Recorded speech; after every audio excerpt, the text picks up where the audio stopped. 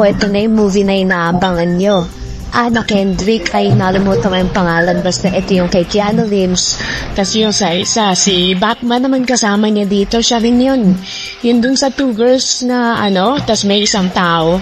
Si Keanu Reeves yung bida, yung siya yung tatay. Ngayon, ito ulit yung bida, si Anna. Tapos, ang partner niya dito si Batman. Ayan ang palabas na to, napakalupit kasi mag-asawa sila, no? Tapos, nakatira sila sa isang lugar na sila lang yung tao. Tapos pareha sila may work. Tapos may anak sila, ayan. Makikita mo naman, bagay na bagay sila. Pareha silang gwapo at maganda, sophisticated. Tapos merong darating na event. Dito sa event na to, nagtatanong sila, nag-uusap siya kung anong susuotin niya. Tapos ayan, may onting flirtations na nagaganap, pleasures.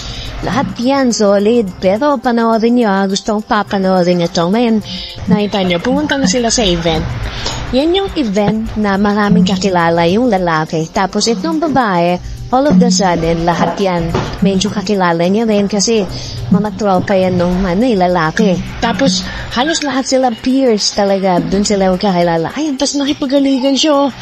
Sa ibang tao, makikita mo mag-asawa sila. Tapos nakita siya nung asawa niya, no? So, hindi niya alam anong gagawin. Tapos ngayon, naiintindihan nila na parang may ganun talagang flirtations. Tapos, ito si Batman. Naiintindihan niya yan. Ngayon, kausap niya yung taong yun kasi gusto nila pag-usapan ano yung nangyayari. Tapos, lasing na rin kasi to si Anna. Kaya, ang nangyari, maganda pa rin talaga siya. Ayan, napakaganda niya, no? Tapos, ito si Batman, no? Nag-pimp siya, of course. Tapos, paalis na sila. Tapos, ayan, kinausap niya yung pa-flirt ng asawa niya na si Anna. Tapos, ayan, tuloy-tuloy, kwentuhan sila. Tapos, parang nainis siya. Siyempre, bakit niya ginagawa yan? Alam niya may asawa na si Anna. Tapos, may balak ba siyang mangyari? Tapos, ayan, hanggang sa tinahot niya. Tapos, umalis na yung lalaki. Tapos, ayan, nag-uusap ulit sila about it.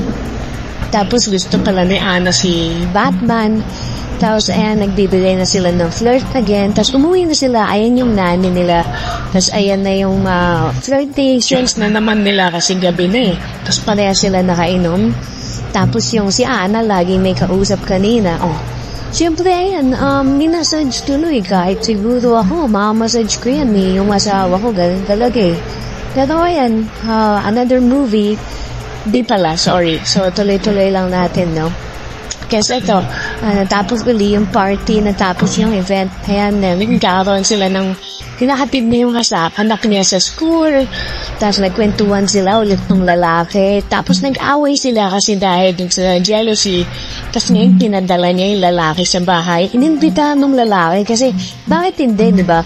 Parang nagpo-flirt ka na sa akin, bakit di natin gawing three-way? Tapos parang binibigyan niya na ng motive yung asawa niya na si Anna na parang pwede nila itry pero kailangan niya ng assurance na walang mangyayari.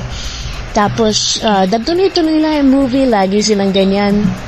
Tapos, dumarating yung point na every event, may mga nangyayaring ganyan. So, tuloy lang natin yung kwentuhan, no? So, eto, binibenta na nila yung bahay nila dyan. Tapos, ayan, may pagkwentuhan sila dun sa parents ni Batman. Tapos lahat sila nakikipagkwentuhan. Tapos parang minsan nagbibigay si Batman ng hint na hindi na sila ganun kasaya. Tapos titingin niya yung lahat ng couple dito. Parang ang saya-saya niyo naman Ang saya-saya naman ng couple niyo. Bakit di kayo masaya? Tapos yan, uuwi na sila. Tapos usap din yung kami mag-asawa. Nag-uusap kami lagi sa kotse. Tapos bigla akong gaganyanin ng asawa ko. Tapos ayun, ginawa niya na nga. Yan, panoorin niyo yan. Ayun, kinagat. Ba't niya kaya kinagat, di ba? Kami minsan nag-aaway kami kasi nangagat Tapos, ayan, may tinanggal. Tapos, pag-uwi nila, nanggigil na si Batman. Tapos, inamoy niya lahat. Tapos, nag-kiss sila. Tapos, alam niyo na yung rest, syempre. So, ayan si Anna. Siya na yung bida dun sa 2-in-1 kay Keanu Reeves. Tapos, yun, panoorin niya lang. Tapos, ayan, nagkwentuhan uli sila. Tapos, yung business ni Batman, hindi na nag-work. Kaya ang nangyari, kailangan niya ulit ayusin, kailangan ulit nila ng event. Tapos, yung event na yun, mag-i-involve na naman ng mga donators, ng mga mayayaman na tao. Kailangan ulit nila yun. Tapos ngayon, dumating yung point na nagkaroon na naman ng araw, gabi, na lasing na naman si Ana. Tapos, laging ganyan, lagi siyang lasing. Tapos, lagi siyang parang horny. Di ko sure pero gano'n nata talaga pag, settled na. Tapos, another day niyatig niya. Tapos, another day na flirtations. Tapos, hindi pala si Batman yung kasama niya doon. Nag-drive sila. Tapos, nilandi ni Ana yung si Jared. Pangalanan na lang natin, Jared. Nalimutan ko na yung pangalan Tapos yan, lagi silang may away. Kasi parang malandi talaga si Ana dito. Tinan mo, nilandi niya yung batang yun. Tapos parang, kung papanoorin niya na nag-sex sila doon. Tapos, ang nag-initiate na naman, syempre, si Ana. Tapos, ayan, lalandi niya na naman si Batman pag-uwi. Tapos, hindi siya mapipigilan ni Batman. Kasi si Batman, grabe si Ana kung ikaw ba. Nilalandi ka lagi ng ganyan mong itsurang asawa, di ba? Parang kahit ikaw Tapos, ayan, another event na naman. Kasi may donations nga, ganyan. Tapos, lagi sila, kasi naging ka-partner niya. Tapos, pianist siya, magaling siya mag-piano. Tapos, nai-inlove sa kanya si Ana. Tapos, babalik si Ana dun sa asawa. Tapos, parang three-way talaga. Hindi mo maintindihan Tapos, kakausapin na naman ni Batman yun, si Jared. Tapos, ayan, pumupunta siya sa taas. Malalaman niya ata na naglalandian yung dalawa. Tapos, naiintindihan naman niya pero lagi nilang ginagawa yun. Hindi ko alam paano nangyayari na pumapayag siya ng ganyan. So, tingin ko, may usapan sila kaya ganyan. May usapan silang ganyan yung nangyayari. Ganyan yung mangyayari. Pwede nilang gawin yon. Parang alam mo yung mga theory na sinasabi ng ibang tao. Yung monogamy ba yun? Oo, monogamous. Tapos, ayun, namatay si Jared. Doon nalunod, nakita mo? Bakit kaya nalunod? Tingin mo. Di ba yung isang pinalis niya sa party? Si Batman naman ngayon, pinatay niya yung si Jared. Kasi, ninalandi yung asawa niya, tas hindi niya matake Even though, even though may, may usapan sila na pwede sila polygamous, monogamous, kung ano man tawag doon sa multiple partners. Hindi mo pa din matitiis kung gagawin mo di ba? Tapos, ayun, nakita mo niyan. Sila kung saan man. Makulit talaga yan si Ana, mahabag. Kaya, ayun, humisa na naman sila sa kotse. Di ko pwede ilabas kasi dito yung mga video na ganun, baka kasi madali tayo So, ayan, ganyan, tuloy-tuloy lang.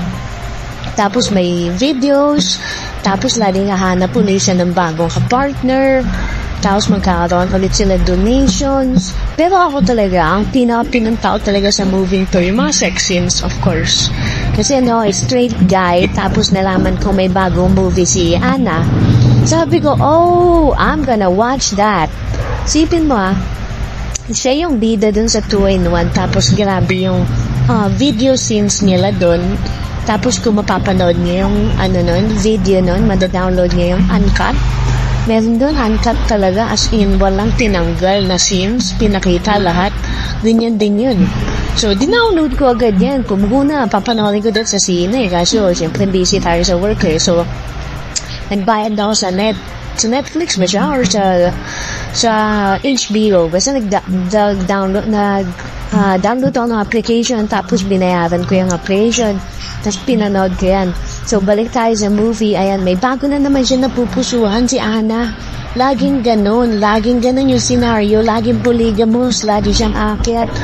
Tapos may oras na parang magsiselo si Batman. Tapos, ayan, takihin niya na naman yung bago. Kasi yan na yung bago niyang nilalandi hindi na matake ni Batman na nangyayari yung mga ganun. So, gusto niyang gawin, itigil lahat ng nangyayaring ganun. Kaya mo ginawa niya. Pinatay niya yung bago kahit wala pa nangyayari sa kanya. Malas, diba? Isipin mo, kinausap mo lang si Ana, tapos namatay ka na. Tapos, ayan, nilagyan niya ng maraming bato yung lalaking patay para lumubog. Siyempre, para hindi makita yung bangkay, ganyan yung ginawa niya para kay Ana. Tapos sasabihin niya sa dulo, sa akin ka lang, walang makakapagbago, akin ka lang. Tapos ayun parang lagi na silang turn on sa isa't isa.